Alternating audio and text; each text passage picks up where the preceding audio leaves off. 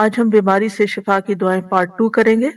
اس سلسلے میں آج کی آیت میں ارشاد باری تعالیٰ ہے، جو مصیبت بھی تمہیں زمین میں اور تمہاری جانوں میں پہنچتی ہے وہ ایک کتاب میں لکھی ہوئی ہے، اس سے پہلے کہ ہم اسے پیدا کریں۔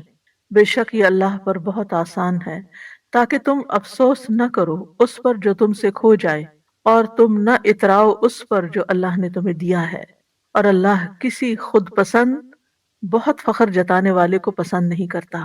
اس آیت میں اللہ سبحانہ تعالیٰ اپنی قدرت کی خبر دے رہا ہے کہ جس طرح اس نے اپنی مخلوقات کی پیدائش سے پہلے ہی اپنی مخلوق کی تقدیر مقرر کی تھی، وہ پہلے سے ہی جانتا ہے کہ اس دنیا میں کیا ہونے والا ہے، زمین پر یا انسانوں پر کیا مصیبت آنے والی ہے۔ ہم نہیں جانتے، لیکن وہ جانتا ہے، یہ اس کے علم میں ہے، اور اس کا یہ علم لوح محفوظ میں لکھا ہوا بھی ہے۔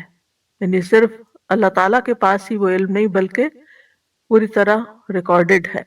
یہ کام اللہ تعالیٰ پر بہت آسان ہے کہ وہ یہ جان لے کہ جو وہ پیدا کرنے جا رہا ہے وہ کس کس طرح فنکشن کرے گا، کیا کام کرے گا، کس وقت، کس پر، کون سی چیز آئے گی، اور پھر یہ کہ کیا کیفیات ہوں گی، کیسے حالات ہوں گے، کیسے تبدیلیاں ہوں گی۔ یہ سب کچھ لکھنا اللہ تعالیٰ کے لیے بہت آسان ہے۔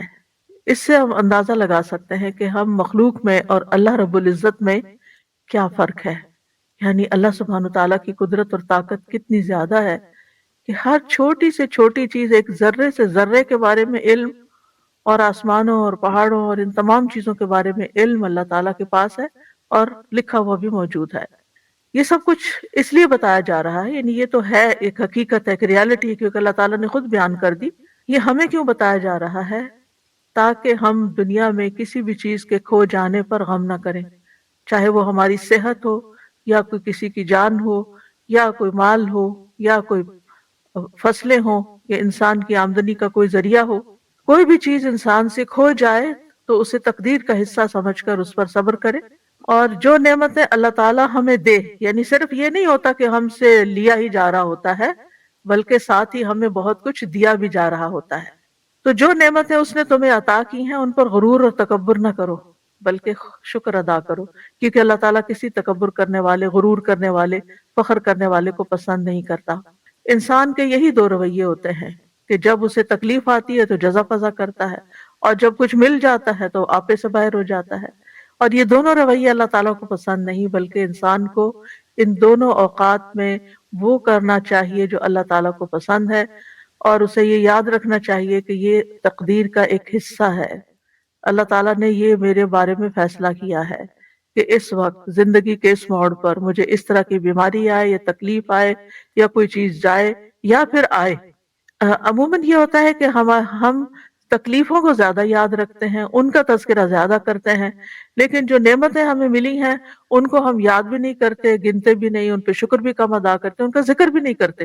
یعنی عام طور پر ہماری جو گفتگو، انٹریکشن، کنورسیشن، میسج ایکسچینجنگ جو ہوتی ہے وہ تکلیفوں پر مبنی، مسائل پر مبنی، پریشانیوں پر مبنی ہوتی ہے۔ اس میں عام طور پر ان چیزوں کا زیادہ ذکر ہوتا ہے، لیکن زندگی میں ہم نے کیا اچیومنٹس کی، ہمیں اللہ تعالیٰ نے کن کن نعمتوں سے نوازا، کیا کیا ہم پر رحمتیں ہوئیں، کیسے کیسے ہمیں مواقع ملے، کیسی کیسی نعمتوں میں اس نے رکھا ہوا ہے، اس کا تذکرہ یا تو ہوتا نہیں، یا پھر ہوتا ہے تو فخر اور غرور کے انداز میں ہوتا ہے، اپنا کارنامہ بتایا جاتا ہے، اور یا پھر اس کے ذریعے دوسروں پر برتری جتائی جاتی ہے، جبکہ شکر ادا کم ہی کیا جاتا ہے۔ تو اللہ تعالیٰ فرما رہے ہیں ما اصاب من مصیبت فی الارض، کوئی نہیں پہنچتی کوئی بھی مصیبت جو زمین کو پہنچتی ہے۔ زمین پر کون کون سی مصیبتیں آتی ہیں؟ جیسے بارشوں کا نہ ہونا اور اس کی وجہ سے قحط سالی، زمین کا بالکل سوکھ جانا، یا پھر زلزلوں کا آنا، یا پھر خسف ہو جانا، یا پانی کا زمین میں اتر جانا، یا پھر سیلاب اور طوفانوں کا آنا، وباؤں کا آنا جیسے کووڈ وغیرہ جس سے انسان متاثر ہوتا ہے، یا زمین پر لڑائیاں اور جھگڑے اور فساد اور جنگیں جیسے یوکرین میں آج کل ہو رہی ہے، یا اور جگہوں پر فتنے فساد پھیلے ہوئے ہیں۔ تو یہ سب کچھ اللہ تعالیٰ کے علم ازلی میں تھا، یعنی شروع سے ہی اللہ تعالیٰ کو پتا تھا کہ میں اس زمین پر انسان کو پیدا کروں گا اور ان کی مختلف چیزوں سے آزمائش کروں گا، اور یہ چیزیں زمین پر ہوں گی. یہ اللہ تعالیٰ کا علم سابق ہے. یعنی الا فی کتاب من قبل ان نبرأها او فی انفسکم ولا فی انفسکم ولا فی انفسکم، اور نہ تمہارے نفسوں میں کوئی تکلیف آتی ہے، یعنی انسان کی جان پر. تو صحت کے سلسلے میں یہ آیت میں نے اس لیے اختیار کی ہے کہ ہم یہ جانیں کہ ہم جو بیمار ہوتے ہیں، ہمیں کسی قسم کی جو تکلیف آتی ہے، جو ہم پر کوئی مصیبت آتی ہے نفس پر، یعنی چاہے وہ نفسیاتی تکلیف ہو، جو روحانی ہو، کوئی جسمانی ہو، ذہنی ہو، کسی بھی قسم کی کوئی کرب اور بے چینی اور انگزائٹی اور ڈپریشن اور کوئی بھی چیز جو انسان کے اوپر وارد ہوتا ہے، یا کسی چیز کے کھو جانے سے انسان کو جو تکلیف اور پریشانی آتی ہے، یا اپنے کسی پیارے کے اوپر جو دکھ تکلیف آتا ہے اس کی وجہ سے جو تکلیف لاحق ہوتی ہے، یہ سب کے سب، یا پھر یہ کہ انسان کہیں سے گر جاتا ہے، یا کوئی چوٹ لگ جاتی ہے، یا پھسل جاتا ہے، یا کسی وبا کا شکار ہو جاتا ہے، یا انسان کے جسم میں کسی قسم کا کوئی اضطراب، حتیٰ کہ کوئی خارش ہوتی ہے، یا پھر کسی طرح کی کوئی چبھن سی ہو جاتی ہے، یا کوئی پین شروع ہو جاتی ہے، کوئی بھی چیز جو ہمارے جسم میں ہوتی ہے، یہ اللہ کے علم میں ہوتی ہے اور اللہ کے اذن سے ہوتی ہے. اور اللہ تعالیٰ کی کتاب میں یہ بھی لکھا ہوا ہے کہ کس انسان کو کس وقت کیا لاحق ہوگا. اور پھر اللہ تعالیٰ کو یہ بھی پتا ہے کہ وہ اس وقت کس طرح ریاکٹ کرے گا. اور یہ پھر جو ہم ریاکشن ہو جاتا ہے، پھر یہ ہمارے اعمال نامے میں لکھ لیا جاتا ہے، اور پھر اس کے مطابق ہمیں جو بھی بدلہ ہوگا وہ دیا جائے گا. اور یہ سب کچھ کیوں ہوتا ہے؟ آزمائش کے لیے، امتحان کے لیے، کہ انسان کرتا کیا ہے. یعنی اگر آپ کسی بھی چیز کو آبزرو کریں، بعض اوقات ہوتا ہے نا کہ کسی پیٹ کو آپ دیکھتے ہیں یا کوئی کیڑا مکوڑا دیکھتے ہیں تو آپ آبزرویشن شروع کر دیتے ہیں کہ اچھا میں اس کی طرف یہ چیز پھینکتی ہوں یا میں اس کو چھیڑتی ہوں تو یہ کرتا کیا ہے. تو یہ پھر آپ کہتے ہیں یہ ادھر جائے گا، یہ یوں کرے گا، یوں کرے گا. تو آپ اس کو دیکھ دیکھ کے ایک طرح سے بعض اوقات انجوائے کر رہے ہوتے ہیں، یا ایک تو ہم سب اسی طرح کیڑے مکوڑوں کی طرح زمین پر جو بھی اچھے برے ایکشن کر رہے ہیں نا، وہ اللہ سبحانہ تعالیٰ کی نظر میں ہے. کسی ہمارے ایکشن پہ اللہ تعالیٰ خوش ہوتے ہیں اور کسی ہمارے ایکشن پہ اللہ تعالیٰ ناراض ہوتے ہیں، لیکن بہرحال وہ سب کچھ اس کے علم میں کچھ بھی چھپا ہوا نہیں. اور پھر اللہ تعالیٰ نے ہمارے اوپر فرشتے بھی مقرر کر رکھے ہیں، وَإِن كُلُّ نَفْسٍ لَمَّا عَلَيْهَا حافظ.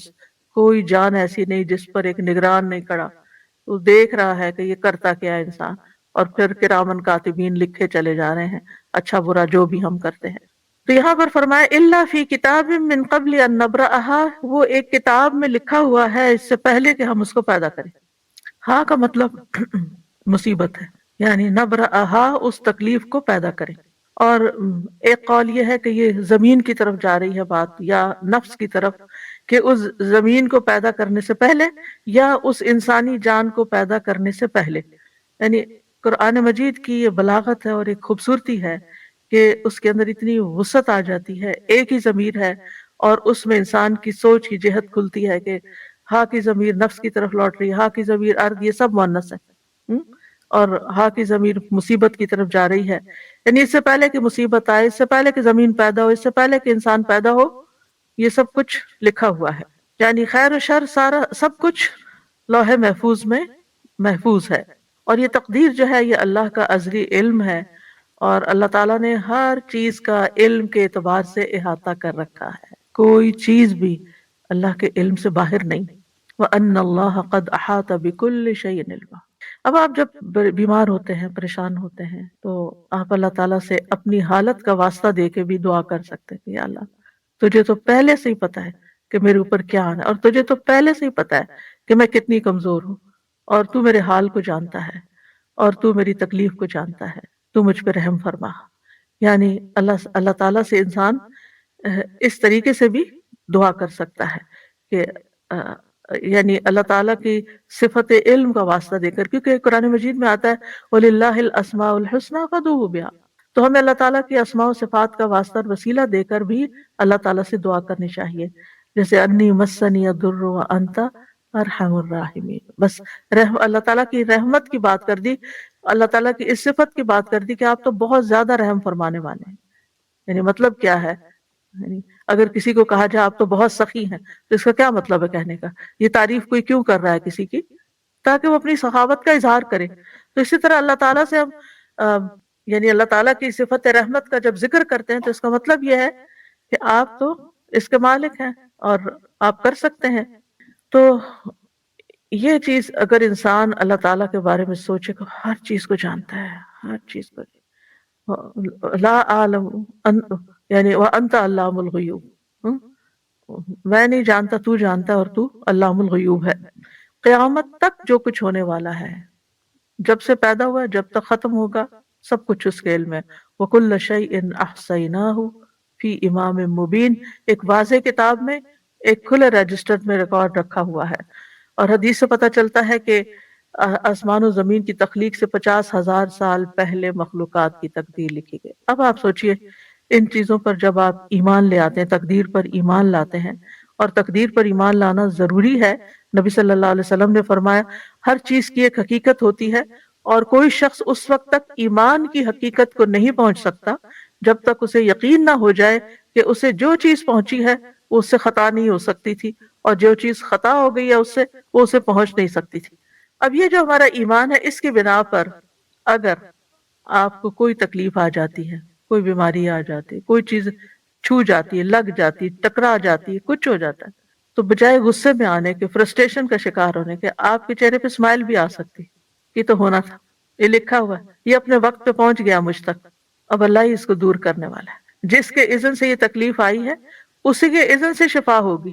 جس کے اذن سے یہ مشکل میں مبتلا ہوں، وہی اس کو ان یمسسک اللہ بدر فلا کاشف لہ الا ہو، اگر تمہیں کوئی تکلیف پہنچ جاتی ہے تو اس کو اللہ کے سوا کوئی بھی دور نہیں کر سکتا. فلا کاشف لہ الا ہو، یہ یقین ہونا چاہیے پورا. جو جتنا زیادہ یہ یقین ہوگا کہ فلا کاشف لہ الا ہو، کہ اللہ ہی اس کو تکلیف کو دور کرنے والا ہے، اس کو کھولنے والا ہے، تو اتنا ہی زیادہ ہم اللہ سبحانہ تعالیٰ کی طرف رجوع کریں گے، اتنے یقین کے ساتھ اسی کی طرف لوٹیں گے، اسی کے در پہ جائیں گے، اسی کے آگے سر جھکائیں گے، اسی کو پکاریں گے، اسی کے آگے ہاتھ پھیلائیں گے، اسی کو مختلف چیزوں کا واسطہ وسیلہ دیں گے جو مشروع ہے یا جس کی اجازت ہے ہمیں. تو اس طرح اللہ تعالیٰ سے تعلق اور زیادہ مضبوط ہو جائے گا. پھر فرمائے ان ذالک علی اللہ یسیر. ہمیں لگتا ہے کتنا مشکل کام ہوگا، یہ کتنا بڑا کام ہے یہ سب کچھ، لیکن اللہ تعالیٰ فرماتے ہیں اس کے لیے تو یہ کچھ بھی مشکل نہیں. سبحان اللہ، یعنی اس کی قدرت اس سے بھی کہیں زیادہ ہے کہ وہ ان سب چیزوں کا علم رکھے. اور ہمیں کیوں بتایا جا رہا ہے؟ لِكَيْ لَا تَأْسَوْا عَلَىٰ مَا فَاتَكُمْ، تاکہ تم کھو جانے والی چیز پہ افسوس نہ کرتے رہو، تم سے غم دور کرنے کے لیے. اور یہ ایک حقیقت ہے کہ اگر انسان تقدیر کے معاملے کو سمجھ جائے اور اس بات کو سمجھ جائے کہ یہ کسی وجہ سے آئی ہے تکلیف مجھ پر، اللہ تعالیٰ یا تو مجھے ریسٹ کروانا چاہتا ہے، یا مجھے کچھ سکھانا چاہتا ہے، یا یعنی کوئی بھی ایسی وجہ ہو سکتی ہے کہ جو مجھے علم نہیں، لیکن کیونکہ اس کا کوئی بھی فیصلہ حکمت سے خالی نہیں، یہ بھی ساتھ ہی یاد رکھنا چاہیے کہ یعنی ایسا نہیں کہ وہ اندھا دھند بس کسی کو سزا دے رہا اور کسی کو کچھ جزا دے رہا اور کسی کو فائدہ اور کسی کو ایسا نہیں ہے. ہر تکلیف کے پیچھے ایک حکمت ہے، کوئی وجہ ہے. اس نے آپ کو کوئی اسپیشل چائلڈ دیا ہے، کوئی حکمت ہے اس کے پیچھے، کوئی وجہ ہے کہ اس نے آپ کو اس کام کے لیے چنا ہے. اسی طرح اگر کوئی اولاد کی طرف سے یا والدین کی طرف سے کسی پیارے کی طرف سے کوئی تکلیف پہنچتی ہے تو اس میں کوئی حکمت ہے. تو اگر انسان ایمان لے آئے تقدیر پر تو پھر غم ہلکا ہو جاتا ہے. وجہ بتا دی گئی کہ لِكَيْ لَا تَأْسَوْا، تاکہ تم افسوس نہ کرتے رہو، غمگین نہ رہو، عَلَىٰ مَا فَاتَكُمْ، جو تم سے فوت ہو گیا، یعنی جو تم سے چلا گیا، تمہاری صحت چلی گئی، تمہاری جوانی چلی گئی، تمہاری ہمت چلی گئی، تم سے کام کا چانس چلا گیا. اللہ کو یہی منظور تھا، آگے موو فارورڈ، آگے چلو، آگے چلو. جو کھونا تھا ہو گیا، اب اس کے پیچھے جان ہلکان نہ کرو. جو ہونا تھا ہو گیا، اب اپنی زندگی کو آگے لے جاؤ، آگے کی طرف دیکھو، اچھی امید رکھو اور حوصلے میں رہو، کیونکہ یہ تو ہونا ہی تھا.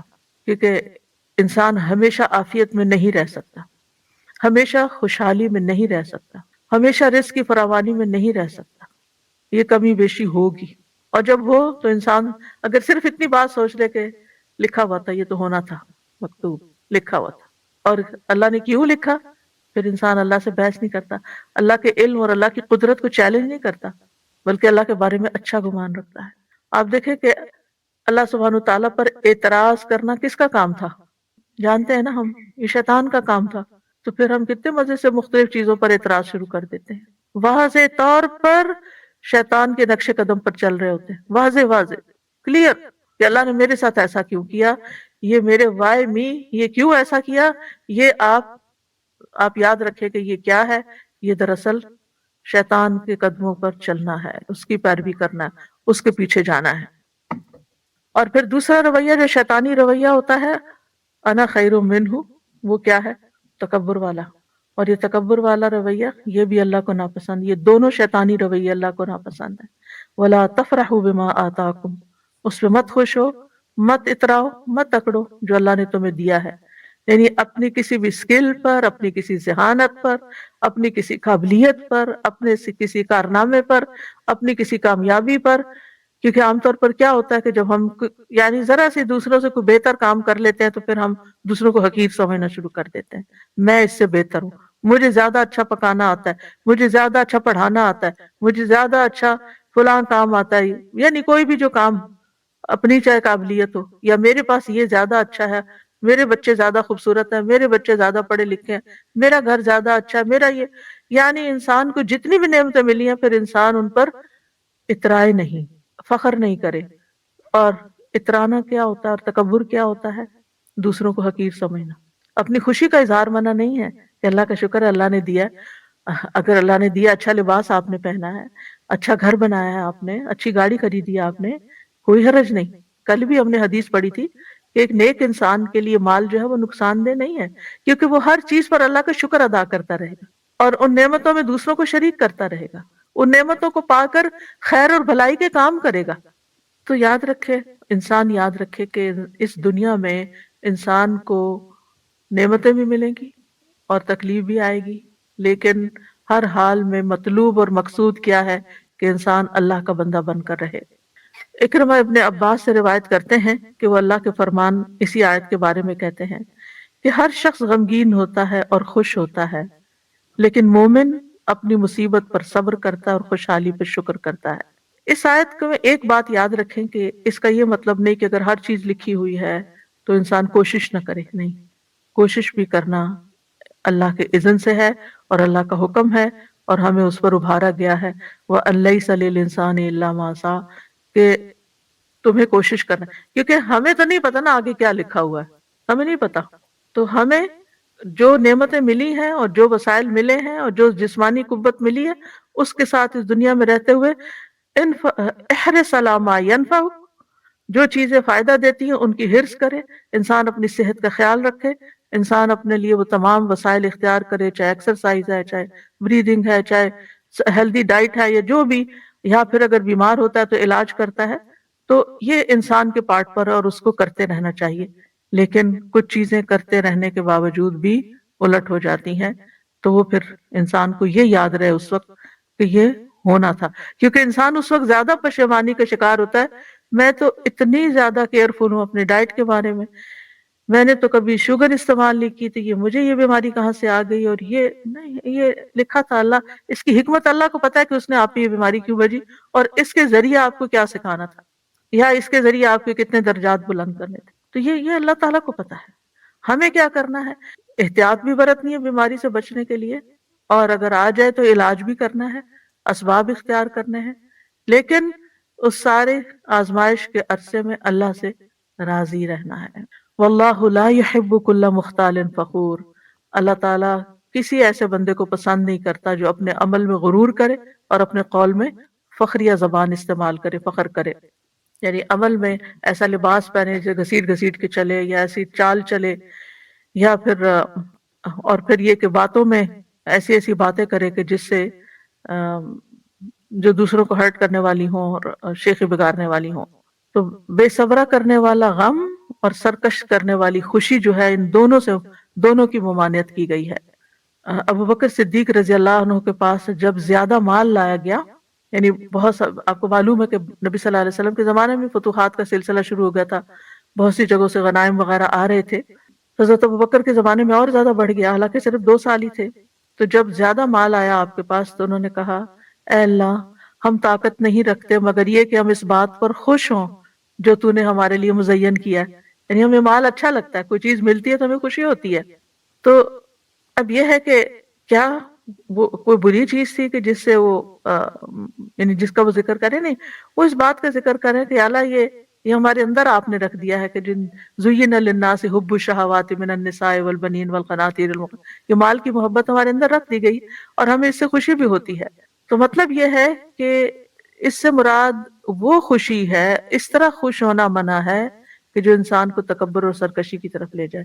ورنہ مال کے ملنے پر، نعمت کے ملنے پر، اپنی پسند کی چیز ملنے پر انسان کو کبھی بھی غمگین نہیں ہونا چاہیے بلکہ خوش ہونا چاہیے. اور یہ خوشی کرنا کوئی بری بات نہیں ہے، یعنی خوشی کے موقع پر خوش ہونا اس میں کوئی برائی نہیں ہے. کیونکہ ہم کچھ لوگ ایسے ہوتے ہیں ہر وقت بس ایک ایسی حالت میں رہتے ہیں کہ نہ کسی خوشی کے موقع پہ خوش ہوتے ہیں، نہ کسی غم کے موقع پہ غمگین ہوتے ہیں کہ ہم نیک پارسا نہیں. اگر خوشی کی کوئی چیز ہے، کوئی نعمت ملی، خوشی کا اظہار کرے. فَأَمَّا بِنِعْمَةِ رَبِّكَ فَحَدِّثْ، بس لمٹ کے اندر، اس سے اوپر نہیں جانا کہ تکبر شیخی بگارنا شروع ہو جائے یا آپ دوسروں کو نیچا کرنا شروع کر دیں. یہ نہیں ہونا چاہیے. اور اسی طرح یہ کیسے ہو سکتا ہے کہ غم کا موقع ہو، کوئی پیارا جدا ہو جائے، کوئی تکلیف ہو اور ہم غمگین نہ ہو؟ یعنی کیا ہم پتھر دل ہیں، ہمارے سینے میں دل نہیں ہے، ہم محسوسات اور جذبات سے عاری ہو جائیں؟ یہ نہیں کہا گیا.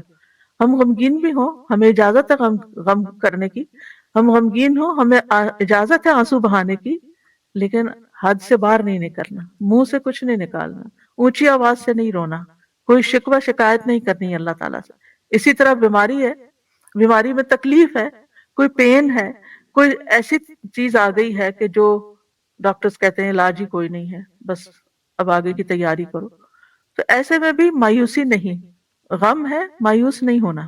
تو آپ دیکھیں کہ اللہ کے انبیاء جو ہیں وہ تکلیف کے موقع پر تکلیف محسوس کرتے ہیں لیکن اللہ ہی کو پکارتے ہیں. حضرت یعقوب علیہ السلام کو آپ دیکھیں کہ کتنے سال ایک تکلیف میں حضرت یوسف علیہ السلام کی جدائی میں مبتلا رہے، لیکن مایوس نہیں ہوئے ایک دن کے لیے بھی. جب بنیامین بھی وہاں رہ گئے تو کیا کہتے ہیں؟ امید ہے کہ میرا رب سب کو ہی لے آئے گا. سبحان اللہ. ایسے موقع پر سالوں سال گزر گئے یوسف علیہ السلام کو کھوئے ہوئے، اور دوسرا پیارا بیٹا بھی کھو گیا، یعنی چلا گیا ان کے نگاہوں کے سامنے سے. لیکن ان یاتینی بہ جمیعا، اللہ سب کو ہی لے آئے گا.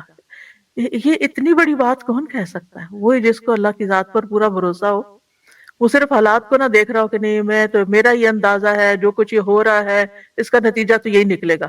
کئی لوگ بہت ججمنٹل ہوتے ہیں، چھوٹی چھوٹی باتوں سے کچھ نکال کے نتیجہ جمع تفریق کر کے تو دوسرے کو کوئی بری خبر سنا دیتے ہیں، یا پھر یہ اتنے سال گزر گئے اس چیز کو، اب تو پھر اب سوچنا ہی چھوڑ دو، اب کیا اس بارے میں سوچنا. نہیں، اللہ تعالیٰ کبھی بھی کچھ کر سکتا ہے. اور جب یوسف علیہ السلام کھوئے ہیں، اور غم اپنی جگہ ہے، لیکن بچوں کو کہتے ہیں یا بنی اذهبوا فتحسسوا عن یوسف ولا تیأسوا من روح اللہ. بچوں، میرے پیارے بچوں، جاؤ یوسف کو تلاش کرو، اللہ کی رحمت سے مایوس نہ ہو. آخر دم تک کوشش. اس سے پتہ چلتا ہے کہ پیغمبر کوشش کیا کرتے تھے. بیماری کتنی بھی زیادہ ہو، حد سے بڑھ جائے، ڈاکٹر جواب دے جائیں.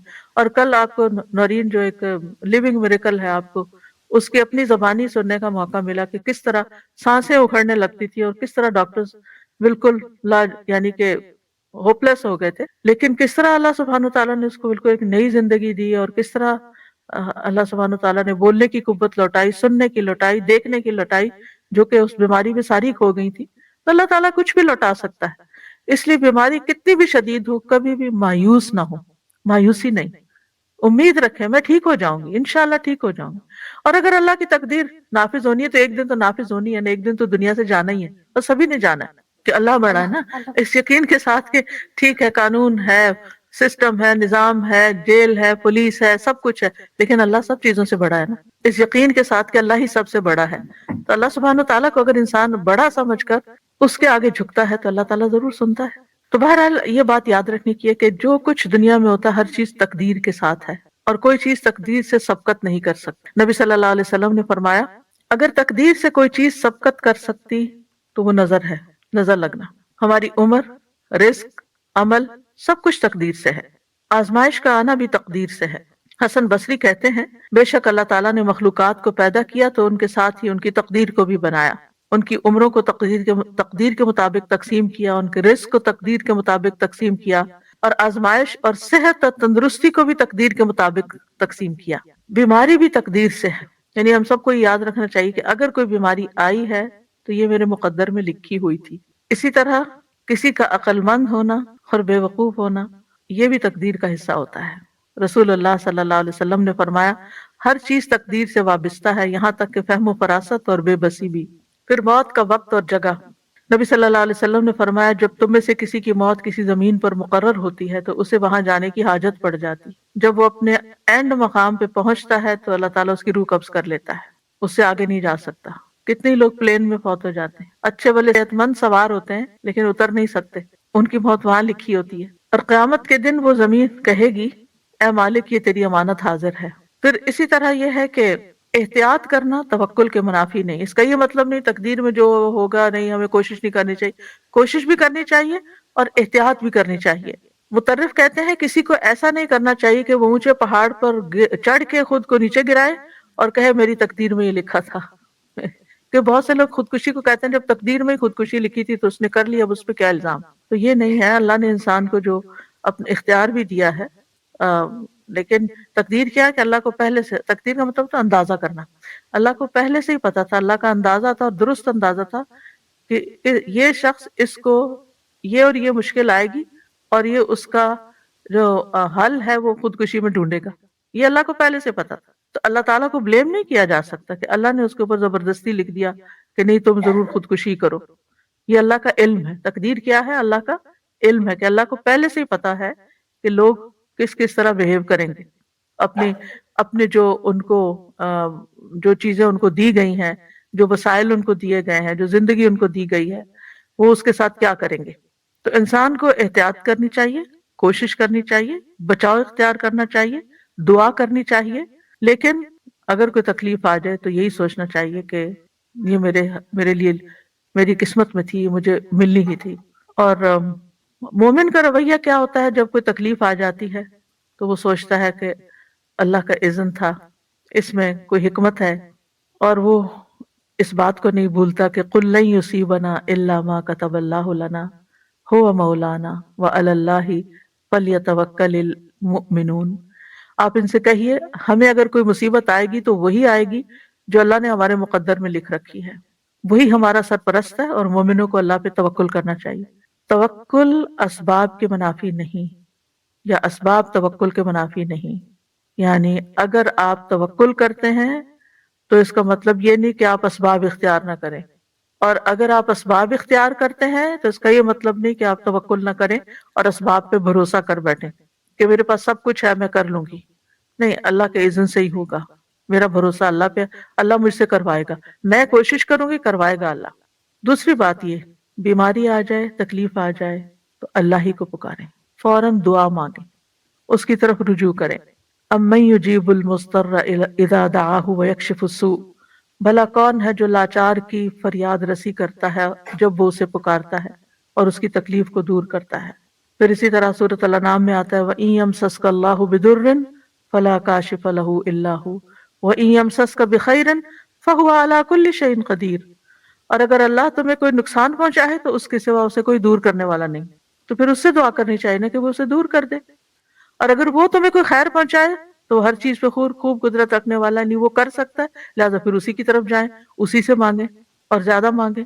پھر اسی طرح یہ ہے کہ انسان کو دعاؤں کی کثرت کر دینی چاہیے. وَإِذَا سَأَلَكَ عِبَادِي عَنِّي فَإِنِّي قَرِيبٌ إِنَّ رَبِّي قَرِيبٌ مُجِيبٌ.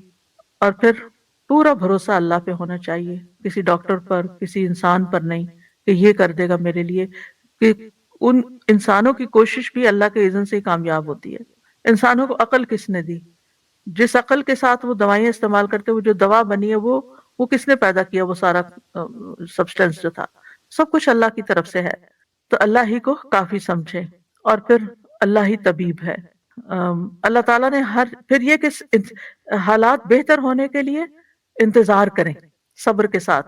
آپ دیکھیں تکلیف آتے ہوئے پتہ نہیں چلتا، اچانک ہی گلا پکڑا جاتا ہے، اچانک ہی کہیں چوٹ لگ جاتی ہے، اچانک، لیکن جاتے جاتے جاتے جانے میں ٹائم لگتا ہے. ہر بیماری کے جانے میں، یعنی میریکلز اب الگ ہوتے ہیں، لیکن یعنی جو اسباب کے تحت جو چیزیں ہو رہی ہوتی ہیں ان کا اپنا ایک وقت مقرر ہوتا ہے. کیونکہ انا کل شیء خلقناہ بقدر، ان اللہ بالغ امرہ قد جعل اللہ لکل شیء قدرا۔ اللہ اپنا کام پورا کر کے رہتا ہے، بس یہ ہے کہ اللہ نے ہر چیز کا ایک اندازہ مقرر کر رکھا کہ کون سا کام کب ہوگا۔ پھر یہ کہ مومن تکلیف آنے پر، بیماری آنے پر مایوس نہیں ہوتا، مایوسی نہیں، کیونکہ اس کا رب رحیم ہے، ارحم الراحمین ہے۔ کتب علی نفسہ الرحمہ، اللہ نے اپنے آپ پر رحمت کرنا لازم کر لیا ہے۔ پھر اگر بیماری طویل بھی ہو جائے تو گھبرانا نہیں، کیونکہ انسان کے گناہ جھڑتے رہتے ہیں اور اس کے درجات بلند ہوتے رہتے ہیں۔ رسول اللہ صلی اللہ علیہ وسلم نے فرمایا، اللہ تعالیٰ فرماتے ہیں جب میں اپنے مومن بندے کو آزماتا ہوں اور وہ تیمارداری کرنے والوں کے سامنے میرا شکوہ نہیں کرتا تو میں اس کو اپنی قید سے آزاد کر دیتا ہوں، یعنی جلد شفا دے دیتا ہوں۔ اچھا، اس میں ایک نفسیاتی پہلو بھی ہے اس کا۔ آپ جتنا زیادہ بیماری کا تذکرہ کرتے ہیں اور ہر آنے والے کے سامنے بار بار بیماری بیماری بیماری، تو وہ چیز آپ کے اندر ایک راسخ سی ہو جاتی ہے، ایک نفسیاتی اثر بھی ہوتا ہے، اور چیزیں ویسے ہی پھر ہونے بھی لگتی ہیں۔ لہٰذا اگر ڈاکٹر کے سوا کسی کو اپنی بیماری کی لمبی چوڑی تفصیلات نہ بتایا کریں۔ یعنی کچھ لوگ تو اتنی منظر کشی کرتے ہیں کہ دوسروں کو بیزار بھی کر دیتے۔ دوسرے کیا کریں گے اتنی باتیں سن کے؟ آپ اچھی باتیں کریں، دل خوش کریں۔ ہاں، اگر ڈاکٹر پوچھتا ہے تو آپ اس کو ضرور ڈیٹیل سے بتائیں کہ اس کو آپ کی بیماری سمجھ آئے اور وہ آپ کو صحیح دوا تجویز کر سکے۔ لیکن ہر ایک کے سامنے پٹاری کھول کے نہیں بیٹھ جائیں کہ ایسے بھی ہوتا ہے اور ایسے بھی ہوتا ہے۔ اچھا، پھر اس کا نتیجہ کیا ہوتا ہے؟ ہر کوئی دل پسند مشورے دیتا ہے اور پھر طرح طرح کی آپ کو مفت دوائیں بتاتا ہے کہ یہ بھی کر لو، وہ بھی کر لو، فلاں چیز کر لو، فلاں چیز کر لو۔ اچھا، اس کا نقصان کیا ہوتا ہے کہ بیک وقت ساری بھرمار کر دیتے ہیں ہم اور پھر نہ کہیں کے بھی نہیں رہتے۔ اس لیے صرف سمجھدار شخص کے سامنے، کسی عقل مند انسان کے سامنے، کسی تجربہ کار شخص کے سامنے، کسی ڈاکٹر کے سامنے بات کرنی چاہیے جس سے آپ کو توقع ہو کہ یہ میری کچھ رہنمائی کر سکتا ہے۔ شفا اللہ کے ہاتھ میں ہے، شفا اس نے نہیں دینی مجھے، لیکن یہ رہنمائی کرے گا۔ تو رہنمائی کرنے والے شخص کے ساتھ اگر آپ بات کرتے تو اس میں کوئی حرج نہیں ہے، لیکن ہر ایک کے سامنے بیماری کا شکوہ نہیں کرنا چاہیے، بس الحمدللہ کر لینا چاہیے۔ نبی صلی اللہ علیہ وسلم نے فرمایا کہ اگر وہ یہ شکوہ نہیں کرتا تو اللہ تعالیٰ اس کو یعنی اللہ تعالیٰ فرماتے ہیں کہ میں اس کو اپنی قید سے آزاد کر دیتا ہوں، یعنی جلدی صحت ہو جاتی۔ پھر اس کے پہلے گوشت کے عوض بہترین گوشت عطا کرتا ہوں، اور اس کے پہلے خون کے بدلے بہترین خون دیتا ہوں، اور وہ اثر نو عمل کرتا ہے، یعنی پھر بالکل ایک نئے انسان کی طرح دوبارہ سے اپنا کام شروع کر دیتا ہے۔ پھر اسی طرح یہ ہے کہ منہ سے برے الفاظ کبھی نہ نکالے۔ نبی صلی اللہ علیہ وسلم جب کسی کی عیادت کے لیے تشریف لے جاتے تو کیا فرماتے؟ لا بأس، کوئی بات نہیں، طہور انشاءاللہ، یہ بیماری پاکیزگی کا ذریعہ بنے گی، یعنی جسم سے بھی آپ کی بیماری نکل جائے گی۔ اب دیکھیں نا، بعض بیماریاں آپ کے اندر ہی اندر کہیں چھپی ہوتی ہیں، پھر ایک وقت آتا ہے کہ وہ سرفیس پہ آ جاتی ہیں، آپ کی سکن پہ آ جاتی ہیں، تو وہ اصل میں صرف سکن نہیں ہوتی بیمار، وہ اندر کوئی چیز بیمار ہوتی ہے جس کی سمٹمز باہر نظر آ رہی ہوتی ہیں۔ تو اللہ تعالیٰ آپ کو ایک موقع دیتا ہے کہ آپ اس کا علاج کر لیں۔ تو یہ اس بیماری کا سرفیس پہ آ جانا، اس کی مثلا سر درد شروع ہو گیا آپ کو، تو آپ یہ سر درد صرف سر درد نہیں ہوتا، there is something wrong either with your stomach or something else۔ تو پھر جو ماہر ڈاکٹر ہوتا ہے وہ سمجھ کے دوا دیتا ہے کہ سر درد کی وجہ کیا ہے، انویسٹیگیٹ کرتا ہے۔ تو لا باس طہور انشاءاللہ، یہ جو سرفیس پہ بیماری آئی ہے اسے پریشان نہ ہو، کیونکہ جب تک وہ اندر چھپی رہتی ہے ہمیں پتہ ہی نہیں ہوتا، ہم خوش باش پھرتے ہیں، بس ذرا سی چیز نظر آ جائے صحیح تو پھر ہمیں ہول پڑنے لگتے ہیں۔ تو اس پر پریشان نہ ہو، بلکہ وہ سمجھے کہ اب رستہ کھل گیا ہے علاج کا، صفائی کا رستہ، تزکیے کا رستہ کھل گیا۔ اور پھر یہ کہ انسان فوراً یہ سوچے کہ یہ بیماری گناہوں کو دھو ڈالنے کا ذریعہ بھی، یعنی پاکیزگی، جسمانی پاکیزگی بھی، اور اس کے ساتھ ساتھ گناہوں سے پاکیزگی بھی۔ اسی طرح ایک موقع پر آپ صلی اللہ علیہ وسلم نے فرمایا، بخار کو برا بھلا نہ کہو، بخار بنی آدم کے گناہوں کو اس طرح دور کرتا ہے جس طرح بھٹی لوہے کی میل کچیل کو دور کرتی ہے۔ پھر اسی طرح بیماری میں موت کی تمنا نہ کی جائے، موت نہ مانگی جائے۔ نبی صلی اللہ علیہ وسلم نے فرمایا، تم میں کوئی شخص موت کی تمنا نہ کرے، کیونکہ اگر وہ نیک ہوگا تو امید ہے کہ اس کے اعمال میں اور اضافہ ہو جائے، اور اگر وہ برا ہے تو ممکن ہے وہ توبہ ہی کر لے، کیونکہ موت تو اعمال کا سلسلہ منقطع کر دیتی ہے نا، پھر انسان کچھ کرنے کے قابل نہیں رہتا۔ حدیث میں آتا ہے کہ مومن کی عمر تو اس کی بھلائی میں ہی اضافہ کرتی، یعنی جتنے دن آپ کو دنیا میں مل جاتے ہیں اتنا ہی آپ کو نیک اعمال کا وقت مل جاتا ہے۔ اور پھر سب سے بڑی بات یہ کہ پازیٹو تھنکنگ، اللہ کے بارے میں اچھا گمان، اپنے اپنے ساتھ جو کچھ ہو رہا ہے اس سے اچھی بات سوچنا۔ اور ویسے بھی وہ حدیث میں آتا ہے نا کہ اللہ تعالیٰ فرماتے ہیں میں اپنے بندے کے ساتھ اس کے گمان کے مطابق ہوں، یعنی جیسا آپ سوچنا شروع کرتے ہیں ویسے چیزیں ہونے لگتی ہیں۔ اور اچھے گمان کے بدلے میں معاملہ بھی اچھا اور برے گمان کے بدلے میں معاملہ بھی برا۔ اگر تم برا سوچتے ہو تو پھر برا ہی نتیجہ نکلے گا، اور اگر تم اچھا سوچتے ہو، آپٹمسٹک ہو، تو پھر تمہارے ساتھ اچھا ہی ہوگا۔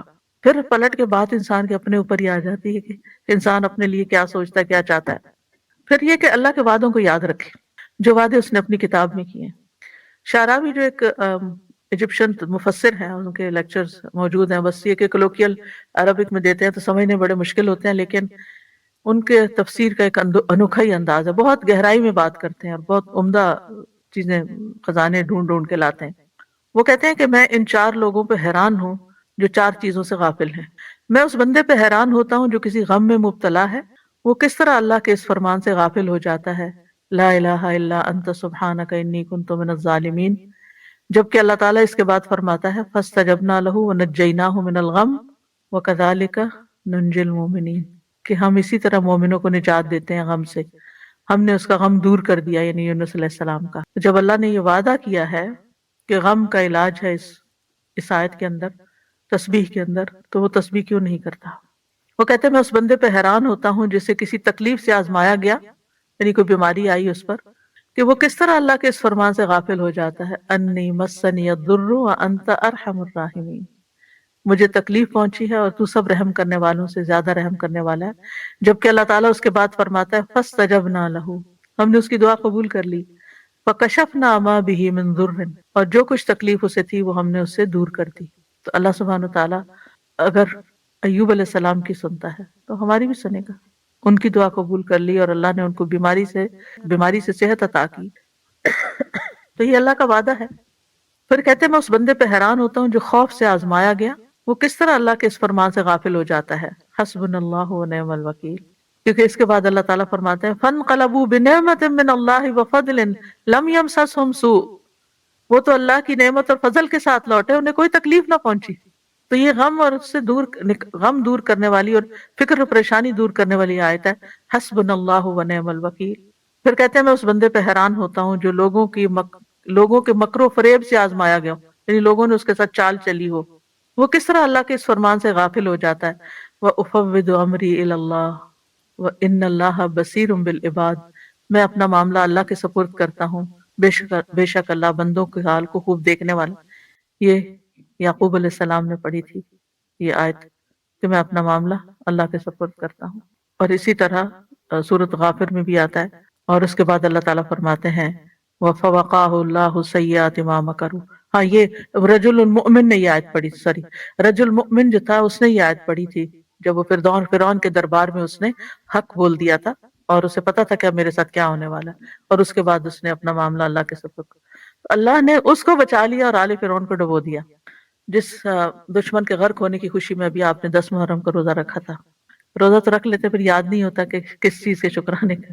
تو مومن جو ہے وہ تکلیف میں اللہ سے راضی رہتا ہے اور اس کا اظہار کرتے رہنا چاہیے، اللہ میں راضی ہوں، اللہ میں راضی ہوں، اللہ میں راضی ہوں، اللہ مجھے تکلیف ہے لیکن میں راضی ہوں، میں آپ کے فیصلے پہ ناراض نہیں ہوں۔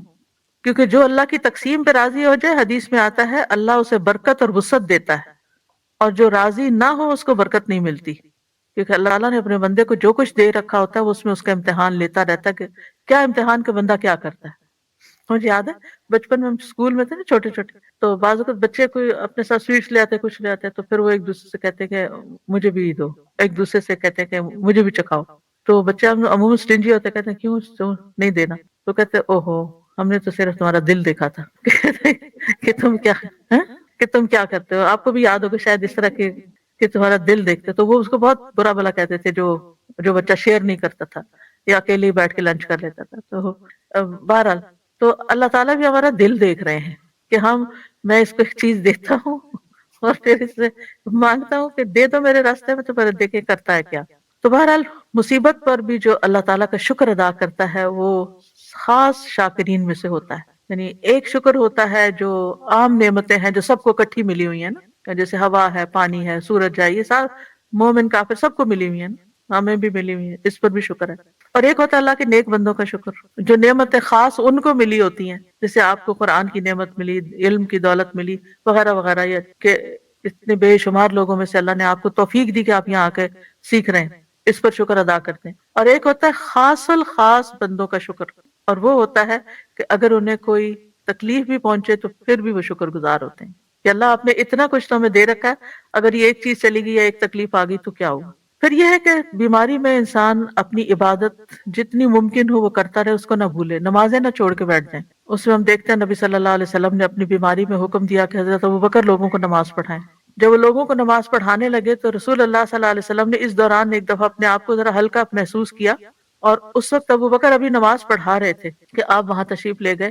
اب ابوبکر نے آپ کو دیکھا تو پیچھے ہٹنا چاہا، لیکن آپ نے اپنے اشارے سے ان کو اپنی جگہ پر رہنے کا حکم دیا. پھر آپ ابوبکر کے برابر ان کے پہلو میں بیٹھ گئے، تو ابوبکر رسول اللہ صلی اللہ علیہ وسلم کی اقتداء کر رہے تھے اور لوگ ابوبکر کی پیروی کر رہے تھے. تو بیماری میں اللہ کا ذکر خوب کرتے رہیں.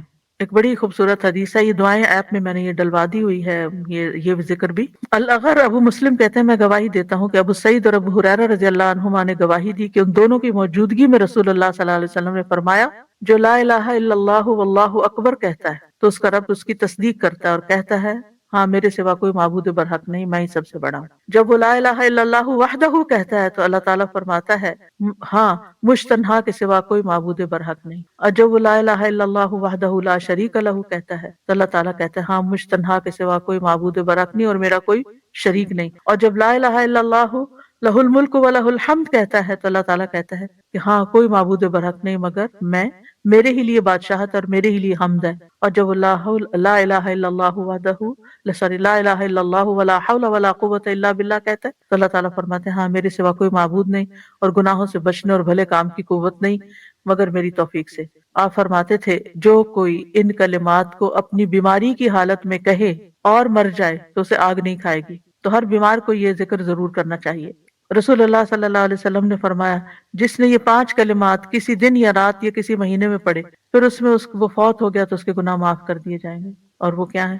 لا الہ الا اللہ واللہ اکبر، لا الہ الا اللہ وحدہ لا الہ الا اللہ لا شریک ولا شریک لہ، لا الہ الا اللہ لہ الملک و لہ الحمد، لا الہ الا اللہ ولا حول ولا قوت الا باللہ.